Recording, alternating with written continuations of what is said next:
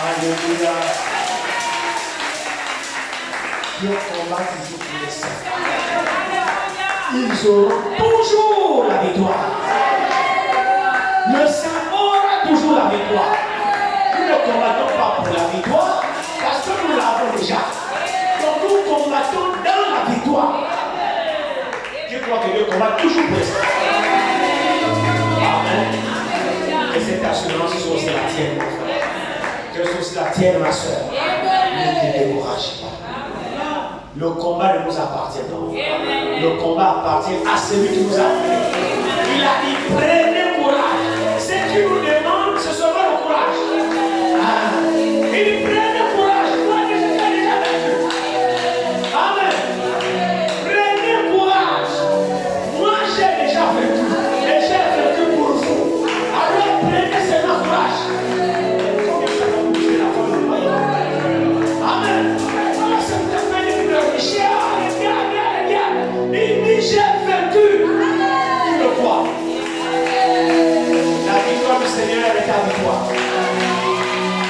Que le nom du Seigneur soit glorifié. Nous allons, quand nous sommes debout, nous allons prier pour notre frère Eva et notre sœur Caresse qui doivent voyager pour l'enterrement du petit frère de notre sœur Caresse qui est décédé depuis 4 mois. Donc ils doivent aller à Mandji pour l'enterrement. Le jour n'est pas précisé. Donc notre frère Eva et notre sœur Caresse ont un déplacement pour l'enterrement de son petit frère. Nous allons les recommander dans le nom du Seigneur. Que le Seigneur puisse et les ramène parmi nous, saint et sauf. Élevons tous nos mains. Notre merveilleux sauveur, nous te disons merci. Nous te recommandons notre frère et notre sœur dans ta main. Suite à ceux lycées qui ont été frappés, ils doivent partir pour l'enterrement, Seigneur. Oh, notre Père, nous te recommandons à toi, Père. Que tu les escortes sur le long du chemin. À l'année, ton malheur est fait parmi nous, car nous avons besoin de Seigneur pour persévérer ensemble. Seigneur, c'est toi qui as donné, c'est toi qui as rempli. Que ton nom soit glorifié à jamais. Console la famille éprouvée, Seigneur. Console notre frère, console notre soeur. Console également tous les parents, Seigneur. Car l'aide-nous lorsque l'aide est éprouvée. C'est également tous qui sommes éprouvés, Seigneur. Nous partageons la même paix que nos bien-aimés. Nous te recommandons pour ce déplacement entre tes mains. Que tu les sécurises de leur départ jusqu'à leur arrivée, jusqu'à leur retour, Seigneur. Que tu sois celui qui les précède dans le chemin, afin que l'ennemi, Seigneur, que l'ennemi ne puisse pas les atteindre. Qu'elles embûches les obstacles dressés sur le long du chemin. Seigneur, sois ôté dans le nom de Jésus. Selon qu'il est écrit, ôté tout obstacle sur le chemin de mon peuple. Seigneur, que le chemin de mon bien-aimé, Seigneur mon Père, les embûches, les obstacles, soient ôtés et que tu les sécurises dès leur départ, jusqu'à leur arrivée et jusqu'à leur retour parmi nous. Nous ne manquerons pas de te glorifier et de te remercier, Seigneur. Qu'il en soit donc ainsi et que cette funéraille puisse très bien se passer, mon Père. Toi également qui console la famille éprouvée, console mon Père de ceux qui sont touchés, Père. Je te prie d'étendre ta main et d'être avec nos bien-aimés. Nous te disons merci pour tous tes bienfaits. Nous nous réjouissons en toi, dans le malheur comme dans la joie. Tu nous as demandé de dire que nous soyons toujours joyeux. Que cette joie soit celle de mon frère et celle de ma soeur. Que l'honneur et la gloire te soient nous à jamais. Dans le nom de Jésus, nous te le demandons, Père. Amen. Nous pouvons nous asseoir, merci.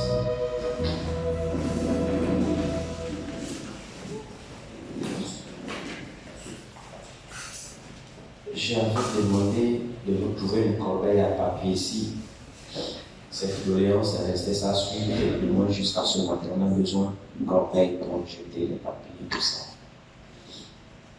Que le Seigneur vous le dise tous. Amen. Je vois mon frère Serge ce matin aussi également. Ils sont tous là, les gens le citent. Romulus, le frère Serge. Que Dieu te bénisse, mon précieux frère. Amen. Mets-toi des mots pour qu'on puisse te voir. Peut-être tout le monde ne te connaît pas. Voilà notre frère Serge, une opération parmi nous. Que notre Dieu le bénisse. Amen. Mon frère Romulus aussi, lorsqu'il m'a appelé hier, il m'a fait une surprise. Il est là. Ça fait longtemps qu'il a désiré nous visiter. Il a fait quelque chose que je ne sais pas si j'aurais pu le faire. Je loue vraiment son courage. Alors qu'il avait trouvé le travail ici, qu'il était parti pendant des années. Il était logé dans un village là. Le frère, il est proche. Il était logé dans un village là, loin, rapproché du site. Et d'abord, il a eu le travail, il a habité dans ce village. Étranger dans ce village, il a pu s'acheter une maison. Pour lui-même. Votre frère a acheté une maison. Amen. J'ai été chez lui, au village là. Le site où on m'avait affecté récemment, était proche du village où je travaillais. J'ai pu le visiter dans le village. Et il ne s'est pas contenté d'être grandi dans le propre village. Et non seulement il a acheté la maison, il a fait une œuvre. Là-bas, il faut le faire. Je me l'assure qu'il faut le faire. Parce que plusieurs parmi nous, une fois tu es loin de bien aimer, c'est fini. Tu te convertis en mondanité, on ne sait pas que tu es un frère et tu meurs comme il est frère. Tu meurs, tu te faufiles dans la foule et puis finalement, là où il était, il n'a aucune idée qu'un frère prend le tuer là-bas. Mais le frère a fait l'œuvre. Il a prêché le village. Quand mon jeune frère m'a retrouvé sur le même site, les tentations auxquelles il a fait face, quand il m'a dit il fait pour moi, j'ai chaud. J'imagine. Et le frère, c'était vraiment un fils de Dieu au point où il a marqué le témoignage du village, il a été persécuté. Bon, le chef du village l'a presque adopté. Parce que la machine, c'était à l'époque des chiens, la salade, donc on prenait les riverains pour leur donner du travail. Donc le travail, les prioritaires, c'était des gens qui, voilà, des riverains, tout ça, la communauté. Donc le frère habitait là, et puis les gens de la communauté lui faisaient la guerre. Il n'est pas de ce village. Pourquoi on lui prend pour le travail? Il n'est pas de ce village, il n'est pas de ce village. Le chef du quartier dit, parce qu'on faisait tel mois, on prenait les chômeurs du village, on les prend, on leur met le travail. Un mois, quand ils sortent, on prend les autres par rotation. Mais lui n'avait jamais de rotation. Il est titulaire dans sa poste. Il travaille tellement bien au point où chef d'équipe. Oui, le frère chef de personnel sur sa responsabilité. Le frère ne se voit. Oui, frère. C'est un fils de Dieu, un point. C'est la vérité, frère. C'est la vérité. C'est merveilleux, c'est merveilleux cette affaire. J'ai visité son œuvre, on avait un projet que je devais aussi être là-bas pour le soutenir. Après, ça n'a pas pu mordre et tout cela. Et il avait tellement la confiance de tout le village qu'il y avait 2 boutiquiers qui avaient leur boutique là-bas. Quand ils partent, ça va bien salir de l'eau la poche gentille. Ça peut le faire le plus qu'on laisse cette boutique là chez nous. Je suis arrivé dans le village, j'ai vu le frère avec les pauvres boutiques remplies. C'est lui les gérants. C'est des étrangers. Ils étaient quoi faire? Ok. Allez, c'est quoi? L'un des propriétaires de la boutique est ghanéen, l'autre est camerounais. On laisse la gestion, la gérance de la boutique avec le frère. Les 2 boutiques, c'est lui qui gère. Tu sais, c'est pas la confiance. Vous voyez qu'on peut croire. Vous voyez qu'on peut croire. Moi, j'ai été témoin, j'étais dans ce village, je ne raconte pas des histoires. Je parle cette année sur vous. J'ai visité le frère dans le village, j'ai vu les boutiques qui gèrent. Des fois, les gens l'attaquent 2 mois, 3 mois, ils ne viennent pas. C'est lui qui reste avec les boutiques. Il travaille, il gère le boutique. Il travaille, il gère. Et quand le propriétaire vient, il leur fait le compte, il va se repartir. Ils ont tellement confiance au frère. C'est normal, c'est un fils de Dieu. Il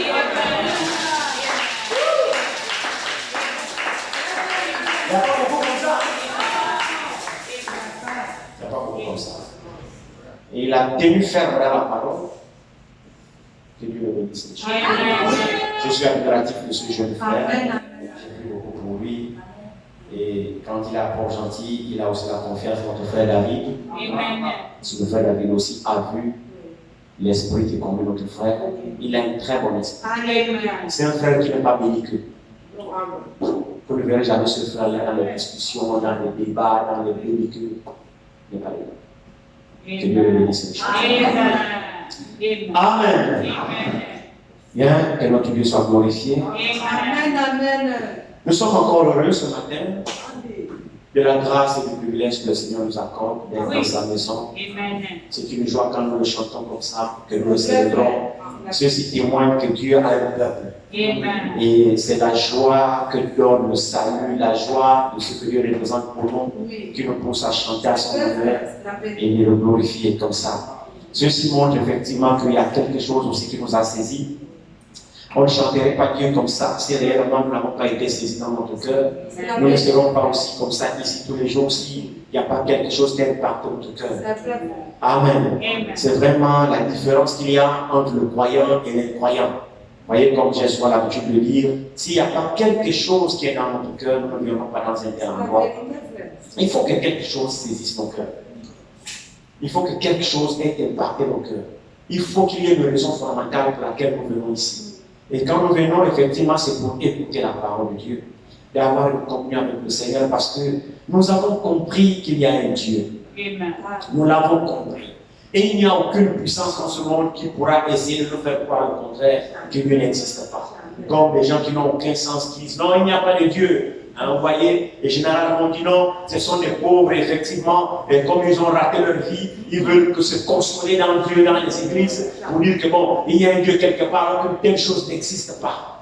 Bon, ça va, chacun est responsable de sa croyance, mais nous savons que Dieu existe. Amen.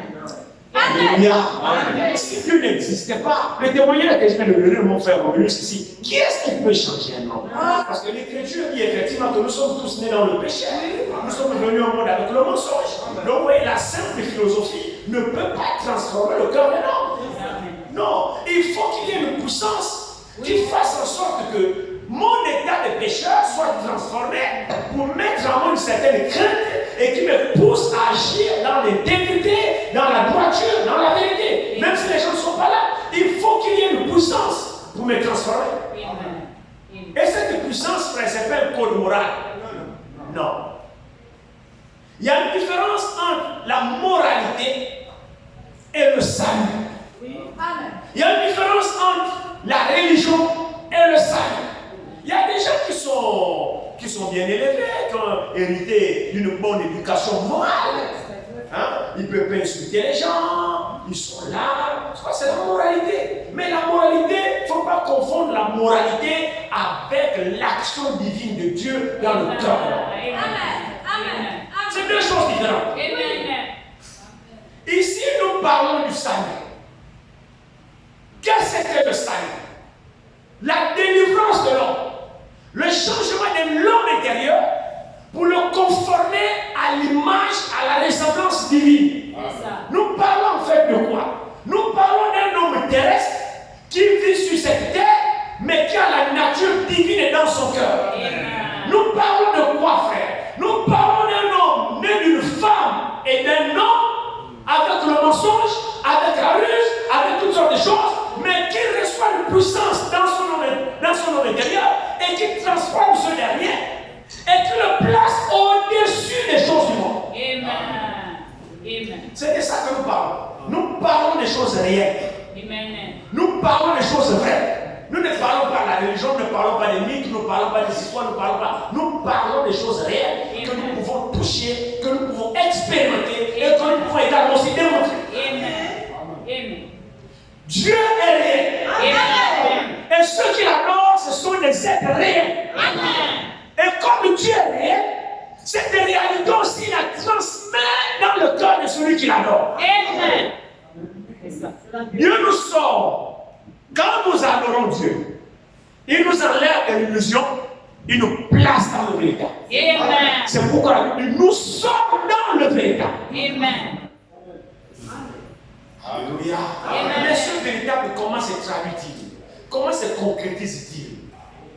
Mais c'est par nos vies changées. Amen. C'est par nos vies changées. C'est par une nature changée. Nous savons que le nom chrétien, ce ne sont pas des apôtres qui se sont autoproclamés chrétiens. Nous connaissons l'histoire, non? Amen. C'est où c'est?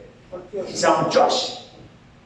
C'est les habitants d'Antioche qui ont observé les disciples de Jésus et qui ont dit, ces gens-ci sont vraiment des chrétiens. Pourquoi l'ont-ils dit? C'est parce qu'ils ont vu Jésus, ou plutôt la vie de Jésus, les œuvres de Jésus, le comportement de Jésus, le langage de Jésus, le caractère de Jésus. Est-ce que c'est vrai? Amen. Je veux que nous soyons d'accord. Je ne veux pas abuser de quoi que ce soit. Les habitants d'Antioche ont vu la vie de Jésus. Écoutez très bien. La vie de Jésus, les œuvres de Jésus, le langage de Jésus, le caractère de Jésus, le comportement de Jésus dans les disciples qui étaient avec Jésus. Amen. Alors ils ont dit, mais ces gens-là sont vraiment des chrétiens. Amen. Ça veut dire comme Christ, semblable à Christ. Amen. Amen. Cet adjectif, ce ne sont pas eux-mêmes qui sont autoproclamés. Bon, appelez-nous à partir de nous sommes des chrétiens. Non, c'est des païens qui ont vu la représentation de Christ dans ces gens-là. Amen. Donc ils ont vu Jésus en eux. Leurs vies ont été changées, transformées. Amen. Est-ce que c'est vrai? Amen. Sommes-nous aussi des chrétiens? Amen. Donc vous voyez que c'est la même chose qui doit se reproduire en nous. Amen. C'est pourquoi nous devons lutter contre le virus, le démon que j'appelle la religion. C'est ça. La religion, c'est un gros démon comme ça. Amen. Un gros comme ça. La religion. La religion vous fait croire que vous êtes chrétien. C'est ça. La religion vous fait croire que vous êtes quelque part. La religion vous fait croire que vous avez la chose. Alors qu'en réalité, vous n'avez rien et vous êtes vide. C'est juste. La religion, c'est l'ennemi numéro 1 de la foi. Amen. Amen. La religion, c'est l'ennemi numéro 1 de Dieu. Dieu n'est pas dans la religion. Non. La religion n'a rien à voir avec Dieu. Qu'est-ce que la religion? La religion, c'est le semblant. La religion, c'est l'imitation. La religion, c'est la couverture. La religion, c'est le paraître. Mais ce n'est pas la réalité. C'est ça la religion. Et c'est un gros démon. Et c'est la religion qui nous fera rater le ciel. C'est la religion qui nous fera rater l'enlèvement. C'est la religion qui nous fera passer à côté de la chose. Amen. Les religieux, frères et sœurs, c'est un gros démon la religion. Amen. Pendant qu'on y est d'ailleurs, qui est-ce qui a tué Jésus? C'est la religion. Ce n'est pas des païens qui ont tué Jésus. Vous voyez comment cette chose est grave. Mais il tuait Jésus comment? Il pensait rendre un culte à Dieu. Amen. C'était sur la base de la loi de Moïse. Il s'est cramponné sur la loi de Moïse. On accusait Jésus régulièrement. La Bible dit que les scribes et les pharisiens, chaque jour, ils scrutaient la vie de Jésus. Cherchaient moyen de l'accuser. On lui tendait des pièges. Sur quelle base vous tendez-il des pièges à Jésus? Sur quelle base accusez-vous Jésus? Mais sur la base de la loi de Moïse. Amen. Alléluia. Mon frère, ma soeur, la religion. La religion. Ils avaient la loi de Moïse. C'était les connaisseurs de la parole. Ce n'étaient pas des ignorants. Ce n'étaient pas des athées. C'était des adorateurs, des religieux. Ils connaissaient la parole. Un jour, ils sont là, tenter Jésus. Il y avait un homme malade le jour du sabbat. Alors Jésus dit, est-il permis de faire du bien le jour du sabbat? L'homme là avait les mains sèches. Le jour du sabbat. Alors ils sont là. Moïse a dit, tu ne feras aucune œuvre, aucun service, aucune action, ni rien le jour du sabbat, juste sans que tu fasses l'éternel. Tu ne feras rien, ni aller dans tes champs, ni quoi. Le jour du sabbat, rien. Dis, tu ne fais aucune action pour Dieu. Et ils observent le sabbat. Le sabbat, c'est le samedi. Le 7e jour de la semaine. Parce que le premier jour de la semaine, c'est lundi. Contrairement à notre façon de compter, dimanche, le dernier jour de la semaine. Non. Dimanche est le premier jour de la semaine. C'est pourquoi le Seigneur est ressuscité le premier jour de la semaine. Il est le premier de tous les premiers au commencement. Donc il ne peut pas ressusciter le dernier jour. Non. Il est ressuscité le premier jour de la semaine, c'est dimanche. C'est pourquoi nous, les chrétiens, nous commémorons dimanche. Sinon, le juif, lui, l'adoration, c'était le sabbat, le 7e jour, le jour du repos. Parce que Dieu a créé en 6 jours, le 7e s'est reposé et Dieu a donné le 7e jour comme le repos. Et les juifs commémoraient cela. Alors pourquoi nous, les chrétiens, nous, dimanche, a une particularité chez le christianisme? Pour la simple raison que le chef de notre religion a vaincu la mort le premier jour du dimanche. C'est pourquoi les chrétiens célèbrent le dimanche, qui est le premier jour de la semaine, en commémoration à la résurrection du Seigneur qui a vaincu la mort. Le séjour des morts est sorti victorieux le troisième jour qui est l'équivalent du premier jour de la semaine, qui est dimanche matin. C'est pourquoi nous célébrons dimanche matin. Mais sinon, la loi que Dieu avait donnée aux Juifs, c'était le 7e jour qui est samedi. Est-ce que les choses sont claires? Très bien.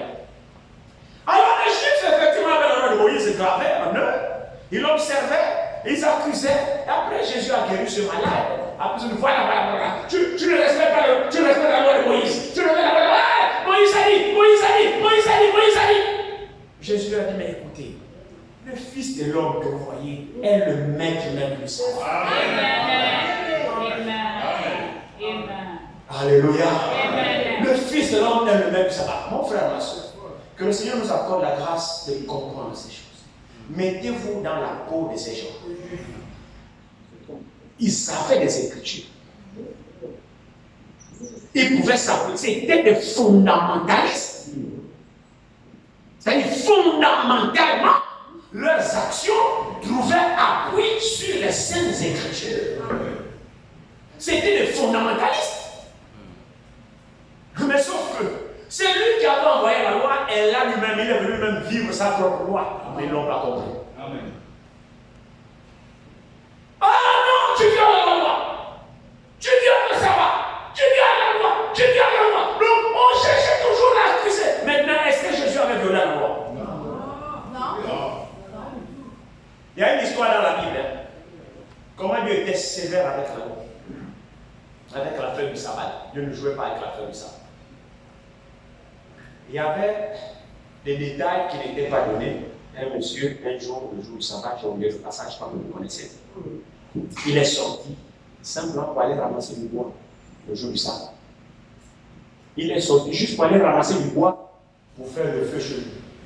On l'a attrapé le jour du sabbat dans la loi de Moïse. On l'a attrapé. Il n'est pas parti faire le travail. Juste pour aller ramasser du bois, on l'a attrapé. Ah, tu as violé le sabbat. On l'a amené chez Moïse. Si quelqu'un peut nous trouver ce passage. On l'a amené chez Moïse. Moïse, n'ayant pas des Écritures dans ce sens, il a consulté l'Éternel. L'Éternel a dit, lapidez-le. On l'a lapidé. Juste pour ramasser du bois, on l'a lapidé. Quand j'ai vu ça pour la première fois, je me suis dit, oh, comment tu étais rigoureux. Nombre 15, 32. Merci. Prenons cela. Nombre 15, 32. Lisons-le, vous allez voir comment Dieu était rigoureux avec sa loi.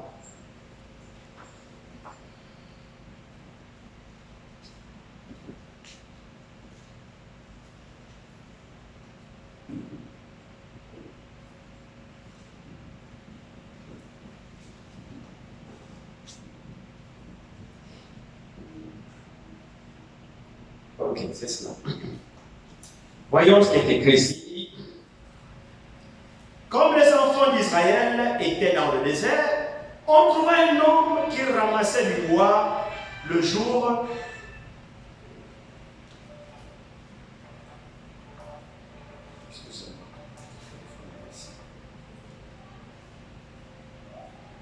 Je suis obligé de lire avec le téléphone parce que je vois plus bien. Comme les enfants d'Israël étaient dans le désert, on trouva un homme qui ramassait du bois le jour du sabbat. Ceux qui l'avaient trouvé ramassant du bois l'amenèrent à Moïse et à Aaron et à toute l'assemblée. On le mit en prison, car ce qu'on devait lui faire n'avait pas été déclaré. Donc il y avait comme un vide juridique. Parce qu'il n'avait pas fait un travail en tant que tel. Il était juste allé juste pour ramasser du bois. Et là, Dieu avait défendu que personne ne fera aucune œuvre. Mais lui, il n'est pas train de ramasser du bois et revenir. Donc, l'éclaircissement là, il n'y avait pas exactement la clarté là. Il y avait comme un vide juridique. Donc, on l'a attrapé quand même, puisqu'il n'était pas chez lui. On l'a attrapé, on l'a amené. Maintenant, suivons la suite. Il dit, on l'a mis en prison, car ce qu'on devait lui faire n'avait pas été déclaré. L'Éternel dit à Moïse, cet homme sera puni de mort. Toute l'assemblée le lapidera hors du camp. Avez-vous vu cela? Juste ramasser du bois. On l'a amené chez Moïse. L'Éternel vient à Moïse, dit à Moïse, non, cet homme l'a lapidé. On l'a lapidé. Donc, les Juifs, effectivement, avaient cette rigueur de la loi. Ils savaient que Moïse était un homme envoyé par Dieu. Et que ce que Moïse disait venait de Dieu. Moïse disait, vous ne ferez pas ceci, vous ne ferez pas ceci, vous ne ferez pas ceci, vous ne ferez pas ceci, vous ne ferez... Votre attention, s'il vous plaît, c'est vraiment profond. le Seigneur nous accorde la grâce à comprendre ces choses-là. La loi, c'est Moïse qui l'a apportée. Mais ce n'est pas Moïse l'auteur de la loi. L'auteur de la loi, c'est Dieu lui-même. Moïse était le porte-parole de Dieu. C'est que Moïse disait au peuple, Moïse le recueillissait de Dieu. Moïse recevait l'inspiration de Dieu et Moïse le donnait au peuple. Et le peuple devait obéir à cette loi qui venait de Dieu. Alors Israël vivait sous la loi de Moïse, effectivement. Maintenant, lorsque Jésus vient, Jésus rencontre des fondamentalistes. Vous voyez comment la loi était dure ici? Rien que pour ramasser du bois, Dieu dit lapider. Ce n'est pas Moïse, c'est l'Éternel qui dit lapider ce corps, sans pitié. Il n'a rien fait. Je suis prendre du bois. C'est l'Éternel, ce n'est pas Moïse qui décide de lapider. L'Éternel dit à Moïse, ce homme sera lapidé. Et la lapidation, frère, c'était le pire des châtiments. Regardez, toute l'assemblée est là, vous vous tenez comme ça, là. Chacun une pierre. Tu es vivant, c'est pas que tu es mort, tu te tiens là, toute l'assemblée a les pierres, celui qu'on doit lapider est là, et puis vous me lancez les cailloux. Fort, donc je suis là, jusqu'à ce que je meure. C'est ça la lapidation.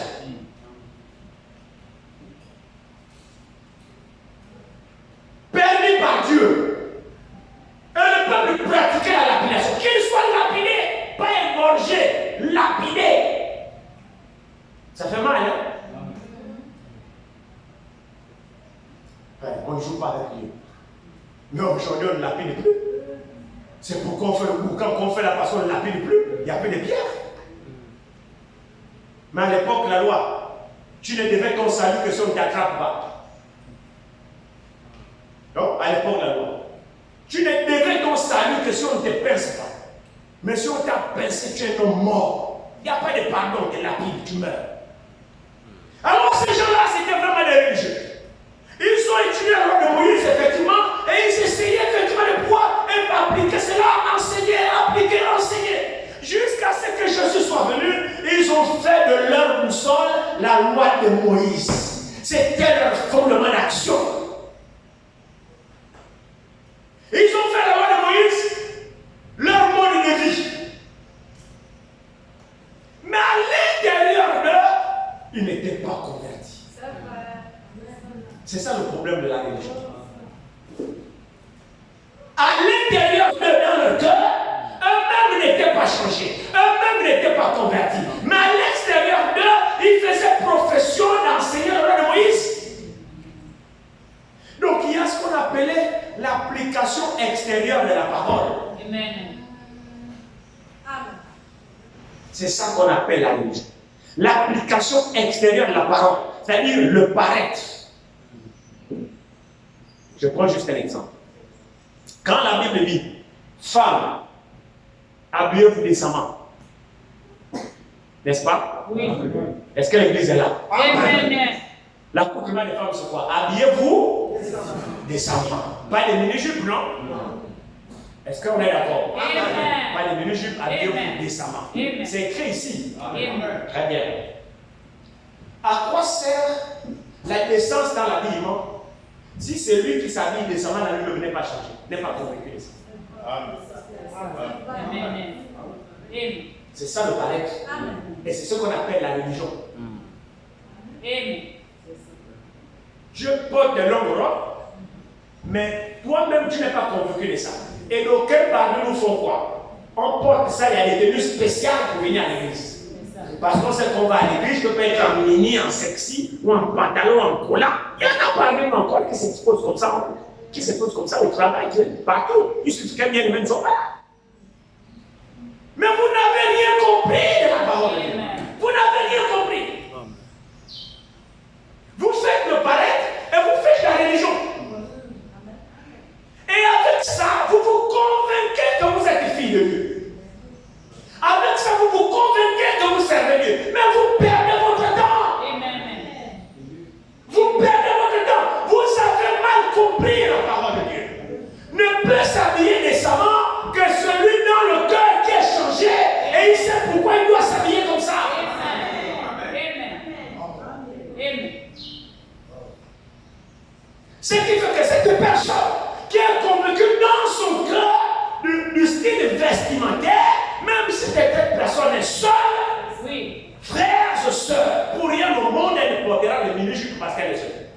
Parce que ça part de la conviction à l'intérieur. Amen. La personne est déjà convaincue, elle est déjà changée. Qu'il y ait déjà ou pas, la personne, en fait, qui s'habille décemment, ce n'est pas son corps, c'est son homme intérieur qui s'habille décemment. Amen. En fait, c'est la vie qui est à l'intérieur, qui transparaît maintenant à l'extérieur. Amen. C'est de ça dont il s'agit. Et c'est ça la conversion qui est différente du salut. La religion nous tue. La religion nous trompe. Et c'est la religion qui tue la parole. C'est la religion qui tue Jésus. C'est la religion qui combat la parole. C'est pas les païens. Laissez les païens là où ils sont. Le problème c'est nous. Amen. L'esprit religieux. Faisons tout. J'ai dit bien. Faisons tout pour se débarrasser de l'esprit. Amen. Parce que frère, quand nous serons au moins de l'esprit religieux, vous pouvez danser, vous pouvez chanter, vous pouvez crier de joie, vous pouvez faire tout ce que vous pouvez faire. Vous vous séduisez vous-même. Mais à l'intérieur de votre cœur, il n'y a aucun changement, il n'y a aucune transformation. Vous avez la même nature que quand vous n'aviez pas cru. Amen. Vous êtes toujours à l'intérieur de vous, vous êtes la même personne. Et pourtant vous chantez, vous dansez, vous habillez décemment, vous faites tout, mais à l'intérieur de vous, vous êtes toujours la même personne. Amen. Ça, c'est la religion. Amen. Vous ne vous humilierez jamais face à la parole. Vous trouverez tous les raisonnements face à la parole. Vous jouez toujours les saints devant les bien-aimés. Il n'y a aucun changement en vous. Il n'y a aucune conversion en vous. Il n'y a rien, il n'y a rien, il n'y a rien. Qu'est-ce que c'est? Parce que la parole n'a pas trouvé la place dans votre cœur. Amen. Et vous venez recevoir simplement votre jugement et votre condamnation. Mais le salut est une réalité. Amen. La vie éternelle est une réalité. Amen. Dieu est une réalité. Alors quand Dieu invite un homme un pécheur et qu'un pécheur s'approche de Dieu, de la manière dont Dieu veut, le pécheur expérimente ce qu'on appelle le changement. Amen. Ta vie à l'intérieur ne peut changer. Amen. Tes habitudes changent, ton caractère change, même ton langage change. Amen. Qu'est-ce qui fait ça? La parole. Pourquoi Dieu devient réel dans ton cœur? Pourquoi Dieu n'est pas une imagination? Pourquoi Dieu n'est pas une pensée pieuse? Pourquoi Dieu n'est pas quelque chose qui vient de l'Occident? Comme ce taximan que j'ai pris avec un ami, nous sommes partis faire le bricolage à l'aéroport. On était là avec lui, mon ami là, tout ça, le papa avec qui je travaille souvent dans la semaine. On a pris le taximan de l'aéroport jusqu'à Yahi.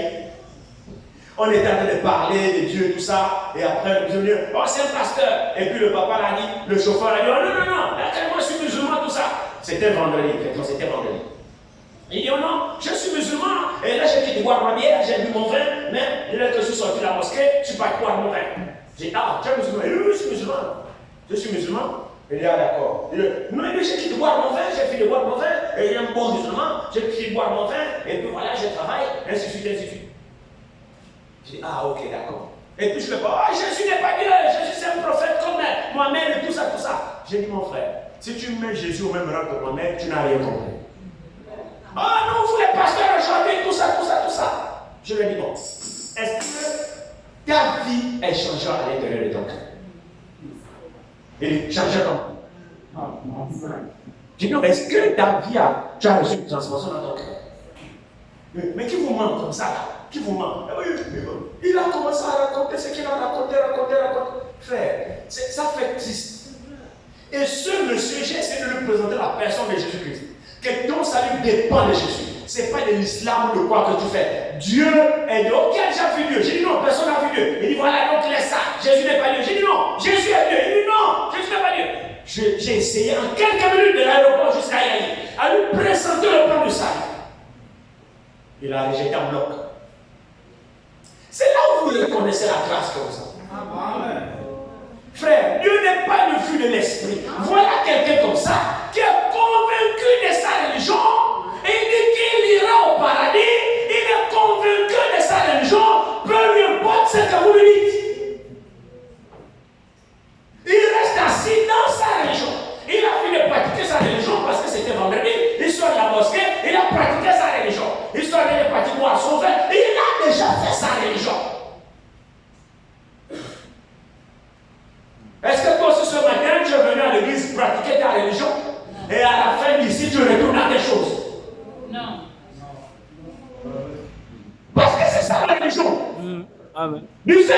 à l'église. Ah non, c'est dimanche, je ne suis pas à l'église. Sinon, on va dire que je ne suis pas venu. Tu viens, tu t'assois, tu chantes, tu écoutes ton culte, tu écoutes la parole, tu sors, tu as fait ta religion. Pas de changement. Tu retournes dans ta même vie, dans tes mêmes comportements, dans ta même façon de parler, dans tes choses. Mais c'est la religion que tu fais. Après ça, tu reviens mercredi, tu t'assois à l'église. Tu fais aussi ta religion. Amen. Tu penses qu'en faisant ça, tu es sauvé. Mais laisse-moi te dire que tu n'es pas sauvé. Amen. Si tu crois que tu es réel, alors la parole de Dieu aussi est réelle. Amen. Et lorsqu'elle rentre dans ton cœur, elle doit agir dans ton cœur et transformer ta vie. Amen. Regardez. Timothée 1 nous dit quoi? 1 Timothée nous dit quelque chose ici. 1 Timothée 1, nous allons commencer au verset 3. Que dit l'Écriture? L'Écriture dit, je te rappelle l'exhortation que je t'ai adressée à mon départ pour la Macédoine, lorsque je t'ai engagé à rester à Éphèse, afin de recommander à certaines personnes de ne pas enseigner notre doctrine et de ne pas s'attacher à des fables et à des généalogies sans fin qui produisent des discussions plutôt qu'elles n'avancent l'œuvre de Dieu dans la foi. Amen. Amen. Amen. C'est la recommandation que Paul donne à son fils Timothée. Que là où je te laisse là-bas, ce n'est pas pour discuter avec les frères. Oh, la parole, les messages, les citations, on n'est pas là pour engager des discussions de la parole. Amen. Ça provoque quoi? Des généalogies sans fin. C'est des discussions. On expose des connaissances. Oh, telle citation, telle citation, citation contre citation. C'est pas ça qui nous intéresse. Amen. On doit exposer la parole de Dieu. Pas des femmes, pas des généalogies, pas des disputes, pas des discussions de mots. Mais on doit prêcher la saine doctrine. Parce que la saine doctrine a un objectif. La parole de Dieu, lorsqu'elle est enseignée dans sa pureté, elle a un objectif. Quel est l'objectif du pur enseignement?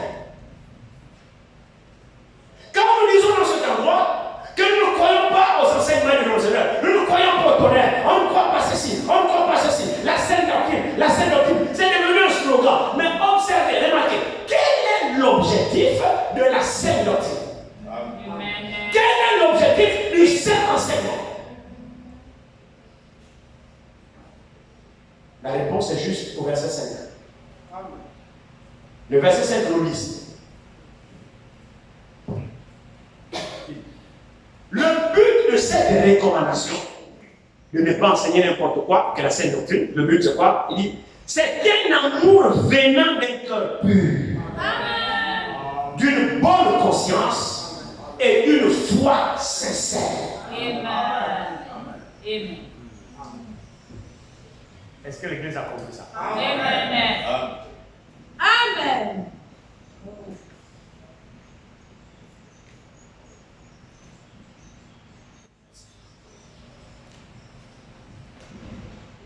Paul dit, le but de cette recommandation, ou le but du commandement, ou l'objectif d'enseigner seulement la parole de Dieu dans sa pureté, l'objectif de prêcher seulement ce que disent les Saintes Écritures, non pas la théologie du séminaire, non pas l'enseignement de monastère, non pas non. L'objectif de l'enseignement véritable, l'objectif de prêcher uniquement ce que disent les Saintes Écritures, c'est que si tu crois à cette parole-là, ça crée quoi en toi? Ça crée quoi? Il dit, ça te donne quoi? Ça te donne un amour sincère. Amen.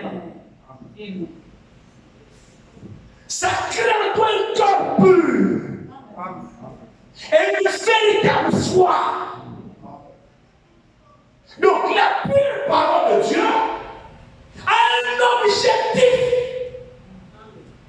Alors si c'est quelque chose qui n'est pas atteint comme la citation que je disais, je ne sais même plus dans quelle brochure, j'ai oublié la brochure hier. Où le messager dit, je vais vous donner cette citation. Le messager dit, il dit, je préfère,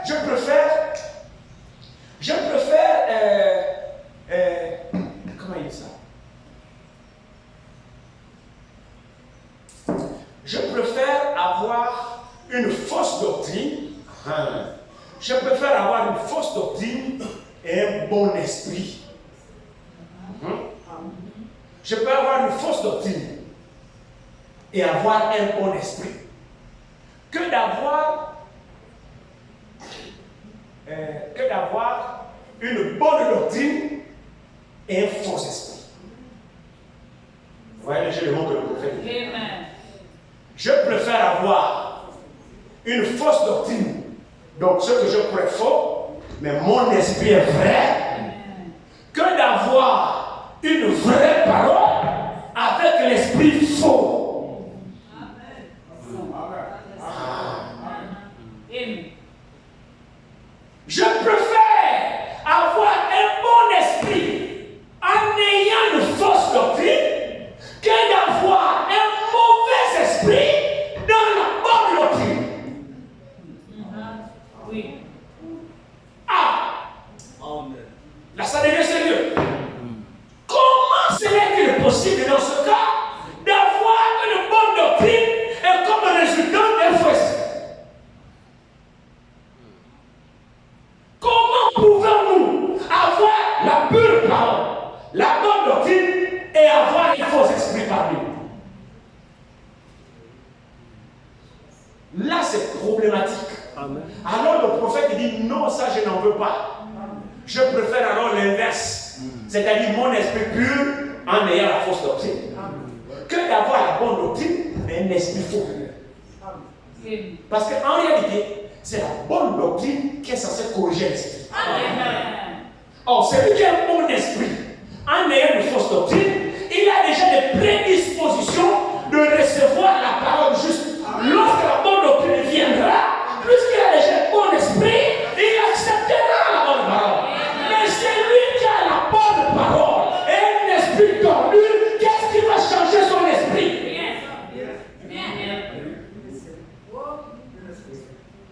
Vous voyez que c'est dangereux. Amen. C'est très dangereux, nous qui avons le pur enseignement. C'est pourquoi Paul dit ici, laissez-moi vous relire ça. Paul dit, le but de cette recommandation, c'est un amour venant d'un cœur pur, plus qu'on reçoit la pure parole. Voyez, venant d'un cœur pur et d'une bonne conscience et d'une foi sincère. Qu'est-ce qui produit l'amour pur? Venant d'un cœur pur et d'une bonne conscience et une foi sincère. Qu'est-ce qui produit tout cela? Mais la pure parole de Dieu. Amen. Amen. Est-ce qu'on est d'accord avec ça? Amen. C'est la pure parole de Dieu. Quand nous la recevons, c'est elle qui purifie nos cœurs pour que nous ayons un amour fraternel sincère. Amen. C'est la vérité. La vérité, c'est la parole de Dieu. Oui. C'est la vérité qui fait en sorte que notre foi doit être fondée sur ce que dit la parole de Dieu. Donc la foi sincère vient de ce que l'on entend. C'est que l'on entend de la parole de Dieu. Amen. Maintenant, dans la parole de Dieu que tu écoutes, tu as une fausse foi, tu as un faux amour, tu as un faux esprit. Finalement, qu'est-ce qui va te redresser? Amen. Ça devient grave. Tu deviens alors quelqu'un irrécupérable, pas. Parce que si la parole ne peut pas te redresser, mon frère, ma soeur, la parole de Dieu a toute la puissance nécessaire pour te transformer. Si tu l'écoutes comme étant la parole de Dieu, et que cette dernière se sent impuissante de t'échanger, c'est pas que la parole est impuissante de t'échanger. Non, non, non. La parole est puissante de changer, mais seulement que toi tu l'acceptes. Amen.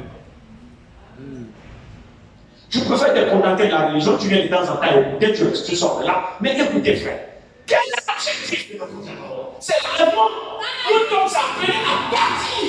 Amen. Nous sommes appelés à quitter ce monde. Nous ne venons pas ici pour rester ici, frère. Il y a un enlèvement qui nous a été promis. Jésus arrive chercher son épouse.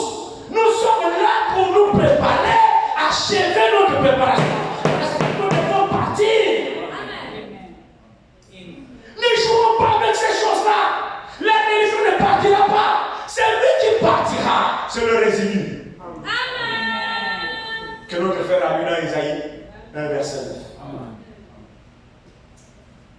Prenons notre préparation au sérieux. La parole que nous écoutons, c'est Dieu. Amen. Et amenez-lui à la vie. Amen. Amen. Elle vise un but. Installer la nature de Dieu dans chacun de nous. Amen. Nous ne pourrons jamais aller en enlèvement si on n'est pas changé. Et le changement, ce n'est pas les fabrications que nous faisons. C'est ça. Le changement ne vient pas de la religion. Non. Le changement ne vient pas des imitations que quand tu décides que bon, je ne fais pas ceci, je fais ceci. Frères et sœurs, laissons la parole de Dieu accomplir son but. Amen. Dieu est réel. Amen. L'enlèvement est réel. Vous voyez, Dieu il est juste dans son action. Hébreu 9 nous dit quelque chose ici.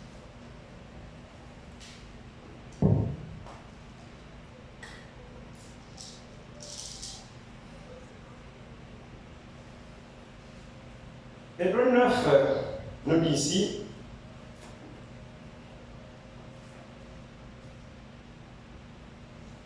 Commençons au verset 27 d'Hébreu 9. Et comme il est réservé aux hommes de mourir une seule fois, après quoi vient le jugement, de même Christ, qui s'est offert une seule fois pour porter les péchés de beaucoup d'hommes, apparaîtra sans péché une seconde fois à ceux qui l'attendent pour leur salut. Il n'y a pas beaucoup d'amen. Amen. Ou bien on n'est pas d'accord. Laissez-moi relire ça. Et comme il est réservé aux hommes de mourir une seule fois, après quoi vient le jugement, de même Christ qui s'est offert une seule fois pour porter les péchés de beaucoup d'hommes, apparaîtra sans péché une seconde fois à ceux qui l'attendent pour leur salut. Pour ma part, je crois que nous sommes ici pour attendre le retour du Seigneur. Nous ne sommes pas ici pour affronter sa colère et son jugement. Nous venons à l'église pour attendre son retour et quand il viendra, il va nous prendre. Alors la Bible dit clairement ici, que comme il est réservé aux hommes de mourir une seule fois, après quoi vient le jugement, Christ aussi est mort une seule fois quand il a porté les péchés des hommes. Ceci, c'est l'identification que nous faisons lorsque nous prenons notre baptême. C'est la même chose. Peut-être beaucoup ne comprennent pas quand nous prenons le baptême ou quand nous baptisons. Vous voyez, tout ce que nous faisons doit cadrer avec la parole. Vous voyez que cette affaire, on te plonge dans l'eau, je te baptise. Au nom du Père, on te sort. Je te baptise. Au nom du Fils, on te sort. On te baptise. Au nom du Saint-Esprit, on te sort 3 fois. Non, ce n'est pas conforme aux Saintes Écritures. Ce n'est pas conforme. Christ est mort une seule fois. Il est ressuscité. Donc nous aussi, quand nous faisons baptiser, c'est conformément à la mort du Seigneur qu'on nous enterre dans l'eau. Et quand on nous ressuscite, c'est une nouveauté de vie comme Christ est ressuscité. Christ n'est pas mort, ressuscité. Non. Donc quand nous prenons le baptême aussi, c'est en conformité avec la mort et la résurrection du Seigneur. Donc il y a pas de baptême 3 fois. Et quand c'est fait, c'est fait. Conforme aux Saintes Écritures. Ça ne sert à rien de reprendre au baptême 15 fois, 20 fois, 1000 fois. Ça ne sert à rien. Nous devons simplement comprendre quelle est la signification du baptême et pourquoi tu l'as pris. Parce que Christ est mort une seule fois pour nos péchés. Il n'est pas mort 2 fois, 3 fois, 4 fois. Il est mort une seule fois pour nos péchés. Et quand Christ est ressuscité, mon frère, ma soeur, Christ est ressuscité ne porte plus les péchés. Non. Christ est ressuscité sans péché. Il est mort avec le péché. C'est le péché qui l'a tué. Il a enterré le péché. Quand il ressuscite, c'est sans péché. Ne l'envoyons pas à la croix une seconde fois. Maintenant, la Bible dit ici, de même Christ qui s'est offert une seule fois pour porter les péchés de beaucoup d'hommes, apparaîtra sans péché une seconde fois à ceux qui l'attendent pour leur salut. Amen. Verset 28. Nous attendons le Seigneur pour notre salut. Amen. Mais il faut, frère, l'objectif ici, que nous venons ici, soit pour le départ. Amen. Si dans ton cœur, à toi, lorsque tu viens à l'église, ta pensée n'est pas que tu dois partir, aller en enlèvement,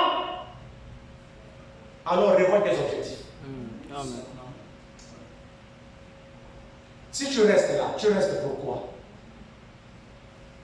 Tu viens pourquoi? On vient, c'est pour partir. Pour nous préparer à partir. Et la préparation là, ce n'est pas une préparation que toi-même tu fabriques. Non. La préparation, ce n'est pas la préparation que toi-même tu fabriques. Que moi-même je fabrique. Non. La préparation là, c'est selon Dieu. Selon la parole.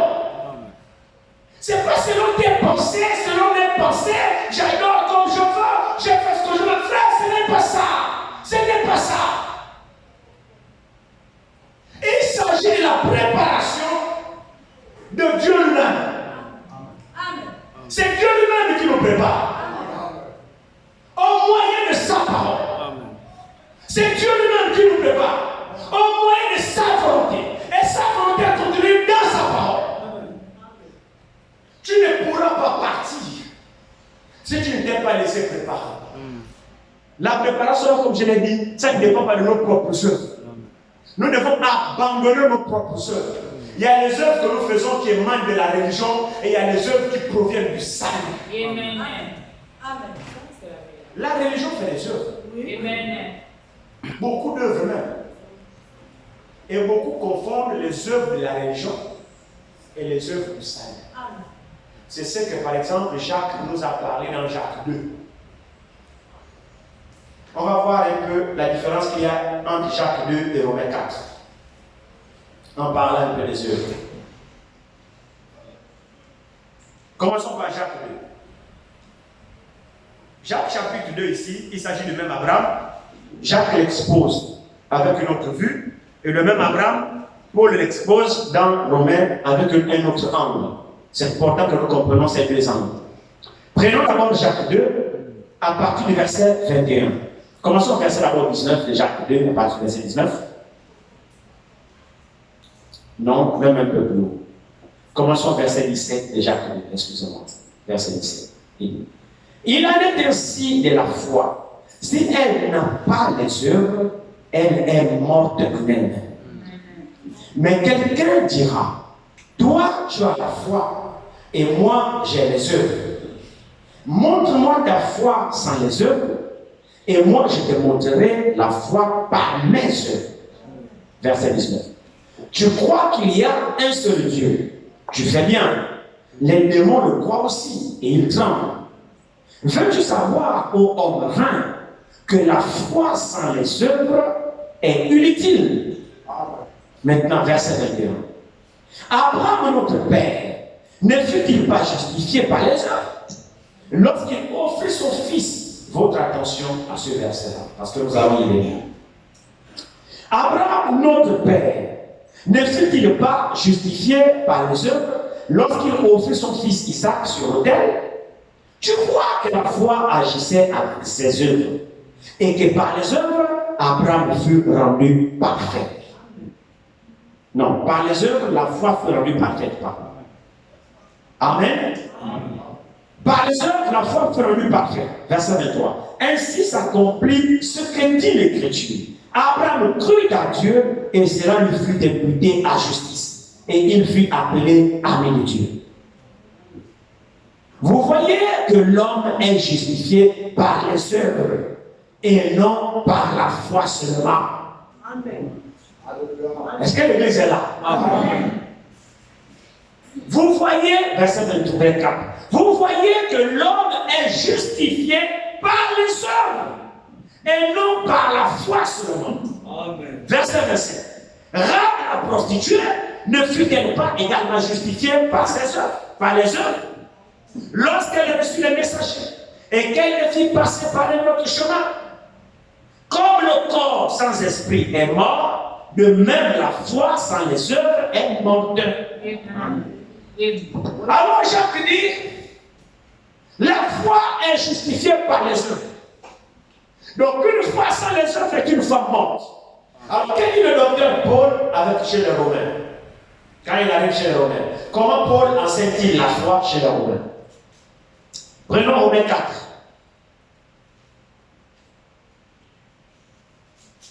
Romains 4. Commençons au premier verset de Romains 4. Il est écrit ici. Que dirons-nous donc? qu'Abraham, notre père, selon la chair, pardon, que dirons-nous donc qu'Abraham, notre père, selon la chair, a obtenu?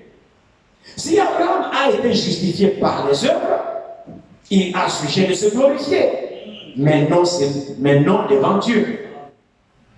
Est-ce que l'Église est là? Amen. Jacques dit Abraham a été justifié par les œuvres. On vient de lire ça, non? Amen. Jacques 2, verset 24. Oui. N'est-ce pas? Oui. Alors Paul dit ici, verset 2 de Romains 4.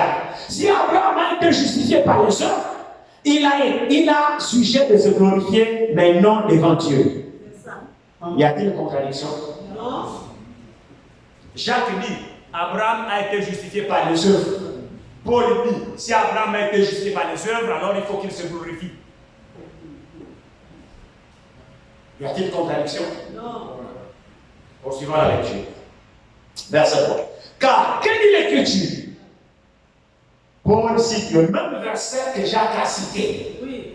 Que dit l'Écriture? Que dit l'Écriture? Abraham crut à Dieu et cela lui fut imputé à justice. Amen.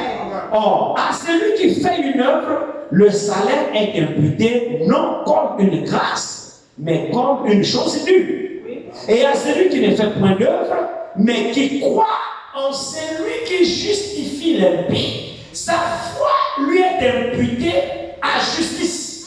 Amen. Gloire à Dieu. Amen. Est-ce que l'Église est là? J'aime bien Paul, hein? C'est un monsieur. Voyez, Paul ici explique, il n'y a pas de contradiction entre les deux apôtres. Nous avons seulement besoin de comprendre. Et si vous n'avez pas la révélation, vous allez donc comprendre cette parole-là. Observez très bien ici. Jacques dit, il prend même l'exemple de Rahab la prostituée. Hein? Et vous voyez, la foi agit avec ses œuvres. Une foi sans les œuvres est une foi morte. Tu peux me dire que non, j'ai la foi, et tu ne fais rien.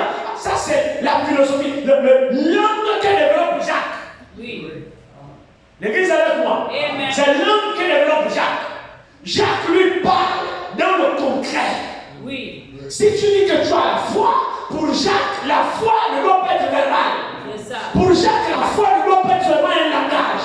Pour Jacques, la foi ne doit pas être seulement une théorie. Pour Jacques, la foi doit être démontrée. Amen. C'est ça le langage de Jacques. Jacques dit, si tu as la foi, alors montre-nous ta foi. Amen. Parce que si tu dis seulement que tu as la foi, alors Jacques dit, les démons croient aussi. Amen. Ça, c'est le pont que développe Jacques. Crois-tu qu'il y a qu'un seul Dieu? Jacques dit, tu n'es pas le seul à croire qu'il y a Dieu. Les démons aussi croient comme toi qu'il y a un seul Dieu et ils vont même juste l'acclamer. Donc si c'est sur ça que tu dis que tu as la foi, alors les démons l'ont aussi. J'espère que l'Église me suit. Voici ce que Jacques nous développe. Donc une foi stérile pour Jacques, c'est pas ça la foi. Tout le monde peut dire qu'il croit. Parce que le diable est le premier croyant. Le diable ne vous dira jamais que lui n'existe pas. Celui-là, ce n'est pas le diable. Le diable croit que lui existe. Et c'est même pour cette raison qu'il prend l'apparence même de Dieu pour nous séduire. Le diable est le premier croyant. Dans la foi intellectuelle, je veux dire.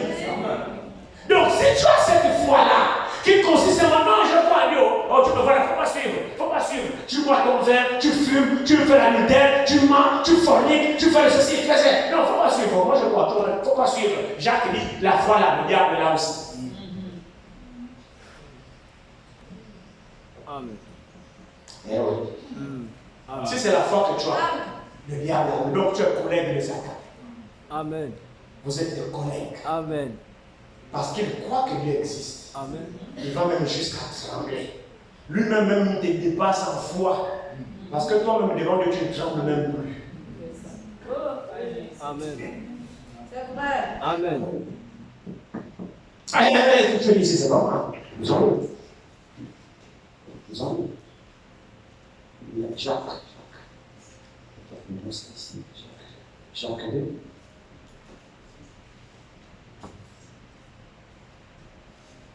Il nous dit quoi ici, Jacques? Nous allons revenir à Romains 2.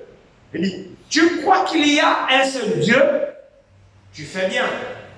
Les démons le croient aussi et il tremble. Qui croit qu'il y a un seul Dieu? Amen. Si tu te limites seulement à croire qu'il y a un seul Dieu, tu ne fais rien d'extraordinaire parce que cette fois-là, le diable est là aussi. Amen.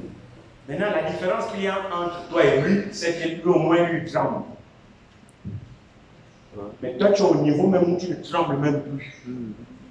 Tu crois seulement intellectuellement qu'il y a un Dieu, tu crois intellectuellement que Dieu existe. Mais quand tu as le craindre, tu n'es plus là-bas. Mais le diable, quand même, craint. Parce qu'il va à la présence de Dieu tremble même. Mais toi-même, là, tu n'es même plus à ce niveau. Donc, là, il marque un point plus que toi. Donc, ce que Jacques développe ici, c'est que le fait seulement de se limiter intellectuellement qu'on a la foi ne suffit pas. Le fait de venir à l'église s'asseoir, dire amen à la parole, quoi que ça soit bien, mais ce n'est pas suffisant. Amen. Parce que le diable fait cela aussi. Vous vous souvenez du message de vendredi? Amen. Ceux qui étaient là vendredi, nous avions essayé de le voir avec Judas, vous vous rappelez? Amen. Judas qui a eu grâce qui a eu droit à cet apostolat, qui avait été appelé par le Seigneur, qui faisait partie de l'église du Seigneur, qui est allé jusqu'à prêcher. Vous vous souvenez, non? Ce qui était la dimanche. C'est sur le groupe, sur le site. Vous pouvez aller écouter ces prédications-là sur YouTube. Oui. Donc, Jacques nous montre que du fait d'avoir la Bible, que tu as la foi, mais qui n'est pas suivi de la conséquence, cette foi-là ne profite à personne. Amen. Cette foi-là ne profite à personne.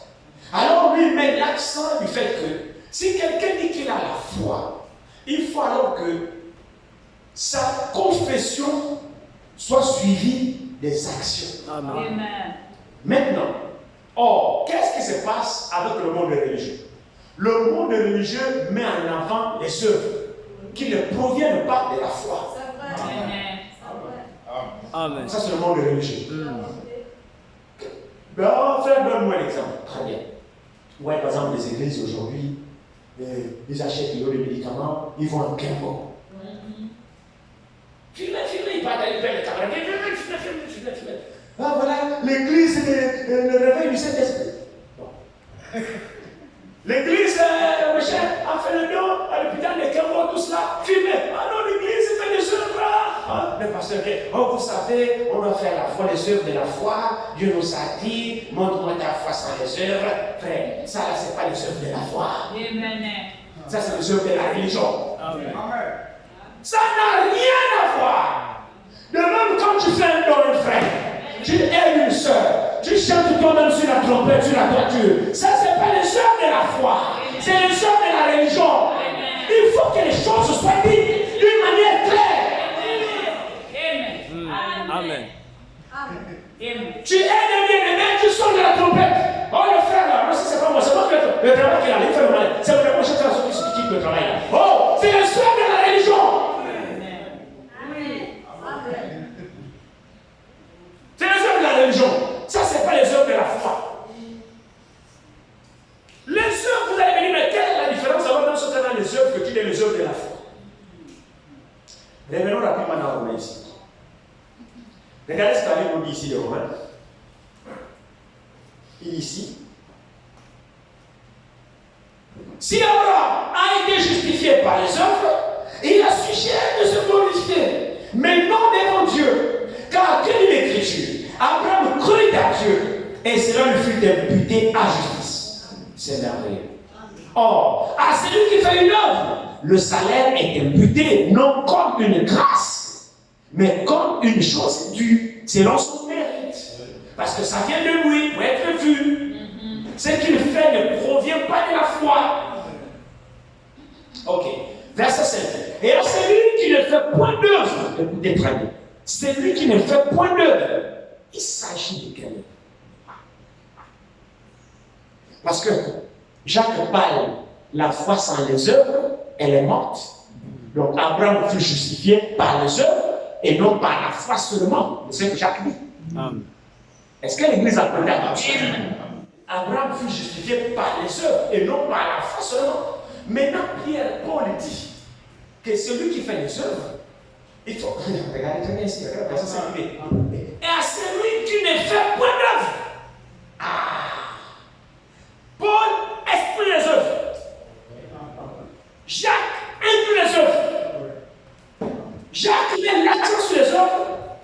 est toutes les œuvres. Paul met l'accent sur la foi, Jacques met l'accent sur les œuvres. Est-ce que les deux là se combattent? Non. Non, ils ne se combattent pas dessus. Ils parlent de la même chose. Amen. Amen. Paul, quand il exclut les œuvres ici, Paul ne veut pas dire qu'il n'y a pas les œuvres. C'est pas ce que Paul veut dire. Alors Paul ici, et à celui qui ne fait point d'œuvre, mais qui croit à celui qui peut justifier l'impie, sa foi lui est imputée à justice. Alors là, Paul dit, c'est plus les œuvres qui sont imputées à justice, mais la foi qui est imputée à justice. Mais Paul, que veux-tu nous dire? Il s'agit du même personnage que Jacques parle à Abraham et du même personnage que Paul parle à Abraham. Les deux parlent du même personnage. Jacques parle d'Abraham, Paul parle d'Abraham. Jacques dit, Abraham fut justifié par les œuvres. Paul dit, Abraham ne fut pas justifié par les œuvres, mais par la foi.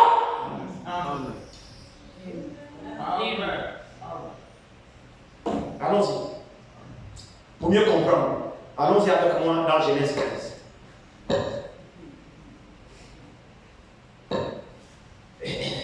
L'église est là? Amen. Prenons Genèse 15. Voyons, puisqu'il s'agit de celui d'Abraham là. Jacques parle. Parce que les deux semblent nous amoureux. Maintenant, essayons de comprendre. Genèse 15 ici.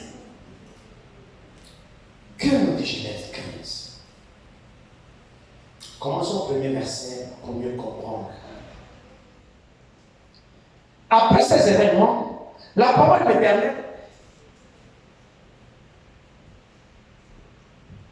Après ces événements, la parole de l'Éternel fut adressée à Abraham dans une vision. Et il dit, Abraham, ne crains point. Je suis ton bouclier et ta récompense sera très grande. Verset 2. Abraham répondit, Seigneur éternel, que me nommeras-tu? Je m'en vais sans enfant. Et l'héritier de ma maison, c'est Eliezer de Damas. Et Abraham dit, voici, tu ne m'as pas donné de postérité. Et celui qui est né dans ma maison sera mon héritier. Verset 4. Alors la parole de l'Éternel lui fut adressée ainsi. Ce n'est pas lui qui sera ton héritier, mais c'est celui qui sortira de tes entrailles, qui sera ton héritier. Et après l'avoir conduit dehors, il dit, regarde vers le ciel et compte les étoiles, si tu peux les compter. Et il dit, telle sera ta postérité. Et Pierre, Paul nous relate dans leurs écrits sur le verset 6 de Genèse 15. Verset 6 dit ceci. Après cela, il dit, Abraham crut à l'Éternel qui le lui imputa à justice. Nous trouvons le même verset chez Jacques. Jacques dit, car que dit l'Écriture? Abraham crut à l'Éternel et cela lui fut imputé à justice. Paul aussi dit le même verset. Que dit l'Écriture? Abraham crut à l'Éternel et cela lui fut imputé à justice. Jacques dit, tu vois qu'Abraham, c'est pas seulement la foi, mais fut justifié par les œuvres. Paul dit, Abraham ne fut pas justifié par les œuvres, mais par la foi. Et tous les deux prennent le verset 6 comme appui. Qu'est-ce qu'il y a dans le verset 6 de Genèse 15? Et Abraham crut à l'Éternel et cela lui fut imputé à justice. Qu'est-ce qu'Abraham a cru? La promesse d'une postérité. Gloire à Dieu. C'est merveilleux, frère. Maintenant, regardez ceci. Abraham commence à se lamenter. Il dit, ah mais écoute, tu m'as appelé, puis c'est les mon fidèle, mon serviteur qui sera l'héritier. Tu m'as béni, j'ai les premiers, j'ai tout ça. Voilà, je suis Dieu, j'ai pas d'enfant, il n'y a rien. Et c'est les ailes qui sera l'héritier. Je lui dis, qui gagne ça? Ton héritier ne serait pas Eliezer. Celui qui naîtra de tes entrailles, c'est celui-là ton héritier. Dieu ne s'arrête pas là. Il sort, viens, quitte dans la maison, viens dehors. Mais regarde les étoiles, comment ça? Enfin, je ne peux pas, il dit très bien. Telle sera ta postérité. Abraham n'a même pas un semblant d'enfant. Abraham ne sait même pas qu'il va avoir un enfant. Sarah vieille, Abraham vieux. Dieu lui dit tu seras béni, tu auras un enfant. Dans cette condition, Abraham crut. Alors cette foi-là, la confiance-là, sur cette promesse, c'est ça que Dieu a vu dans le cœur d'Abraham et Dieu l'a compté à justice. L'enfant n'était pas là. Écoutez frère. Arrêtons de fabriquer les œuvres. Dieu a justifié Abraham à partir de ce moment-là. Dieu a vu qu'Abraham croit. Et Dieu a pris la foi d'Abraham et dit Amen, je crois. Dieu a scellé la foi d'Abraham. Mais l'enfant n'était pas là. Abraham crut. Et le ciel, Dieu a vu qu'Abraham croit. Et Abraham ne s'est pas contenté de croire. Abraham démontrait qu'il aurait un enfant. Alléluia. Abraham confessait. L'enfant n'était pas là, mais il confessait. Dieu m'a promis un enfant. Il agissait en conséquence. Avant que l'enfant soit né, Dieu lui a demandé de faire une œuvre. Écoutez très bien ça. Écoutez très bien. Avant qu'Isaac soit né, Dieu lui a dit sacrifier. Dieu lui a demandé quelque chose. Non.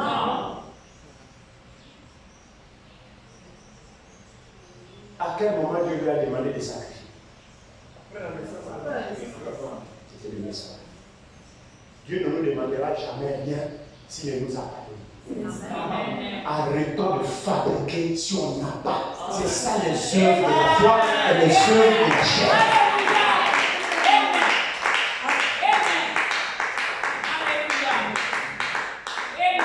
Abraham, Dieu voyait la foi d'Abraham, mais il n'avait pas encore d'enfant.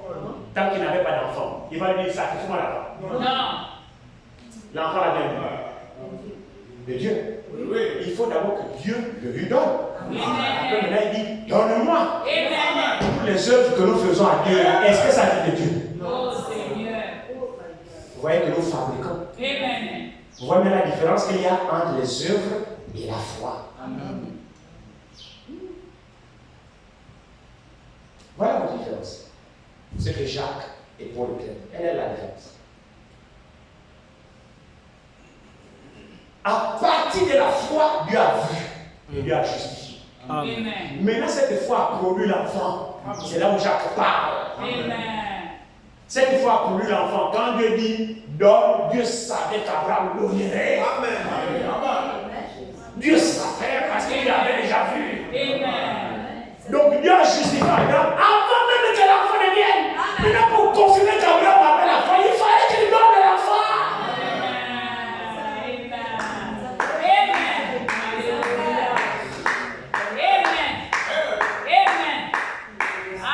Vous saisissez quelque chose là? C'est ça les œuvres et les œuvres. Donc, ne manifestons rien tant qu'on n'a encore rien. Nous faisons simplement l'imitation. Et ça, Dieu ne la créera jamais. Ne fabriquons pas le christianisme. Ne fabriquons pas une fausse joie. Ne fabriquons pas une sainteté. Ne fabriquons rien de Dieu. Laissons que Dieu nous donne ça. Et maintenant nous lui donnons ce qu'il nous donne. Pour que Dieu te donne quoi d'abord? C'est la foi authentique qui installe ces choses en toi. Croyons sérieusement. Et les choses produites par la parole se manifesteront en nous et nous pourrons donner ça à Dieu. Mais quand on n'a rien, on donne à Dieu les choses, le fruit de la fabrication. Et Dieu ne prend pas ça. Dieu ne demande à personne ce qu'il ne lui a pas donné. Dieu ne demande que ce qu'il a donné.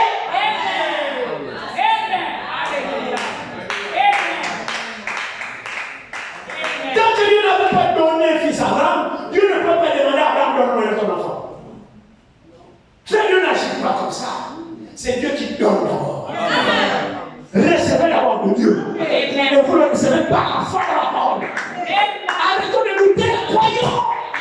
Vous croyez que la sainteté, l'adoration, tout ce qui est la pureté, quel est le but du commandement? C'est d'avoir un cœur pur, une conscience pure, une foi pure. À part la pureté des paroles que nous recevons, c'est la parole que nous recevons qui purifie.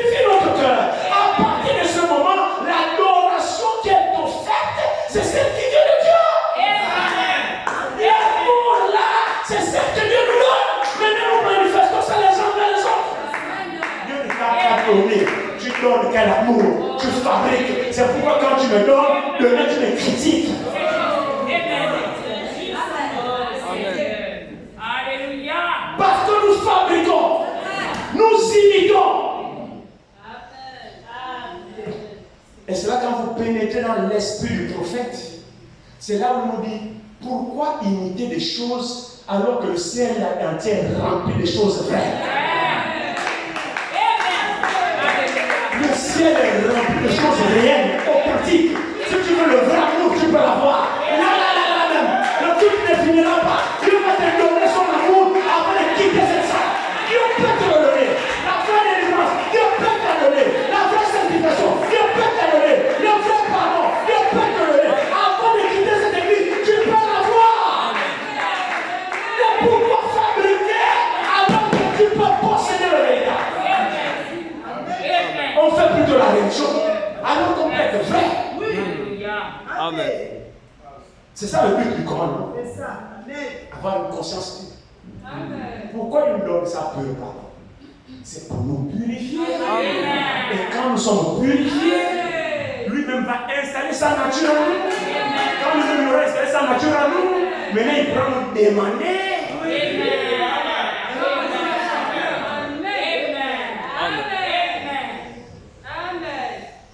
C'est vrai, non? Arrêtons d'imiter. Arrêtons la religion. Ça ne sert à rien. Amen.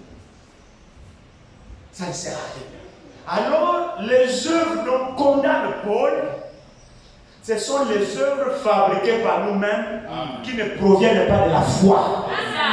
Et les œuvres dont plébiscite Jacques, ce sont les œuvres suscitées par notre foi. Une véritable foi produit les œuvres. La même foi d'Abraham a produit l'enfant. Isaac est le produit de la foi.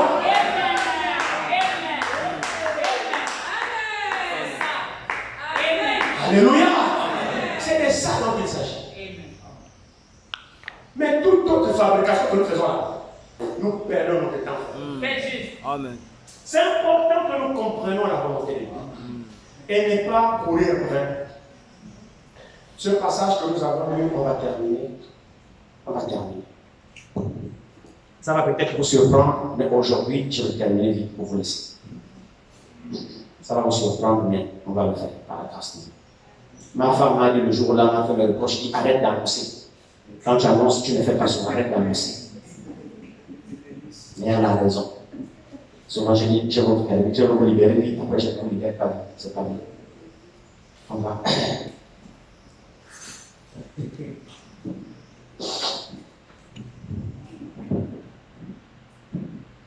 Nous avons lu dans Corinthiens, combien? Vendredi. 1 Corinthiens 9. C'est cela, mon frère, merci.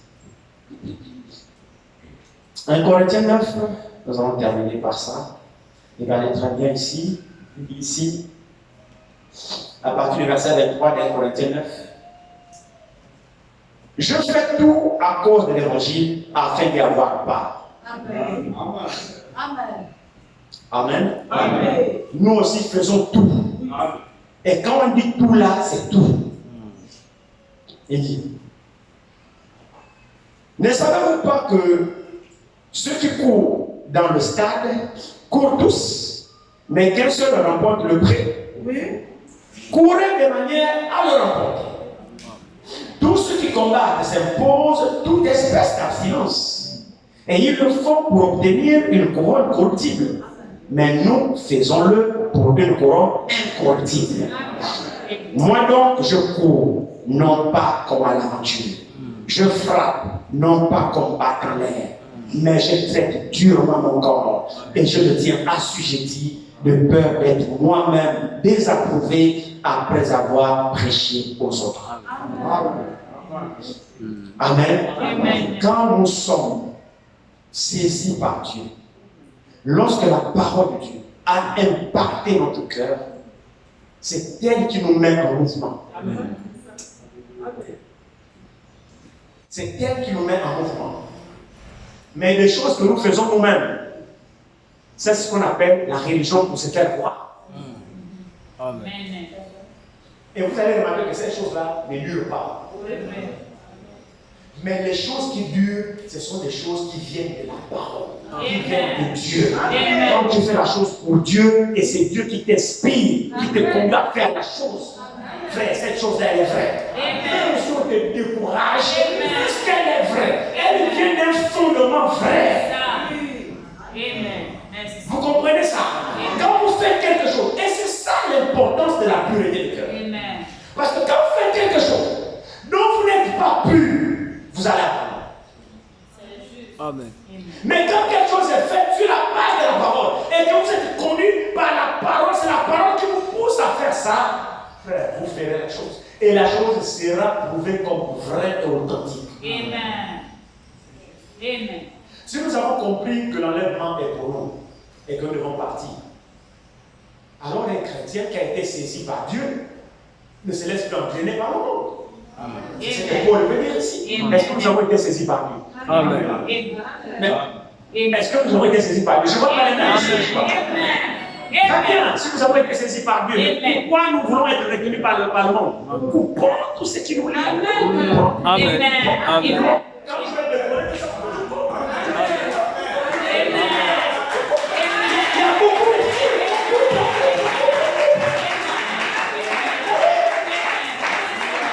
Si nous avons été saisis par Dieu, coupons pour rien, coupons.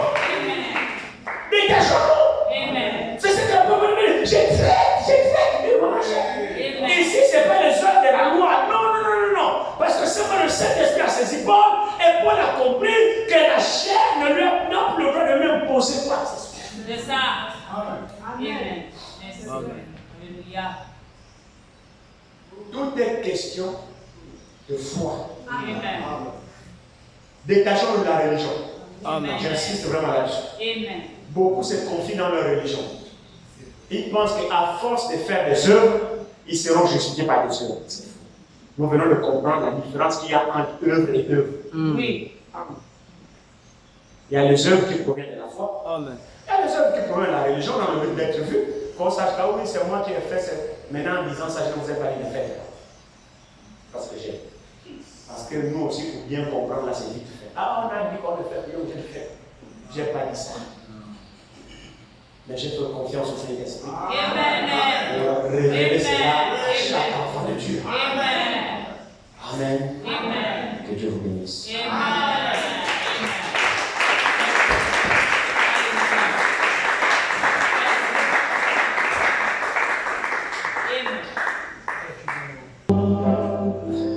C'est l'amour des l'amour est dans,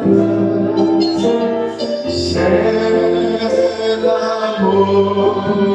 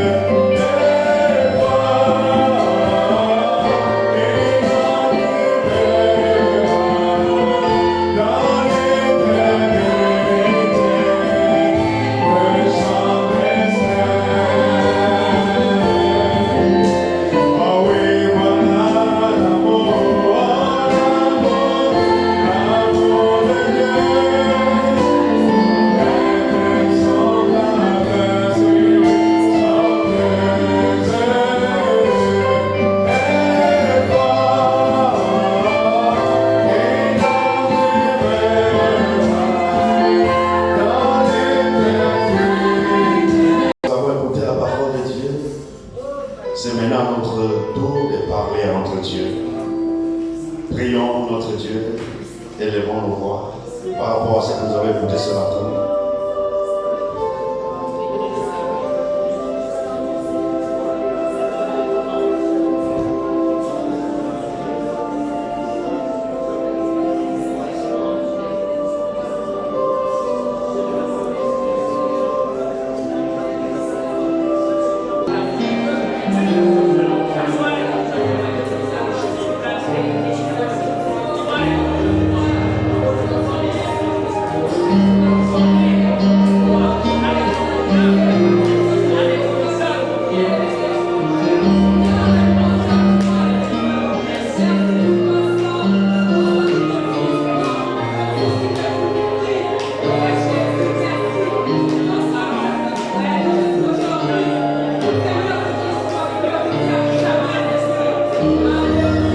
Oh,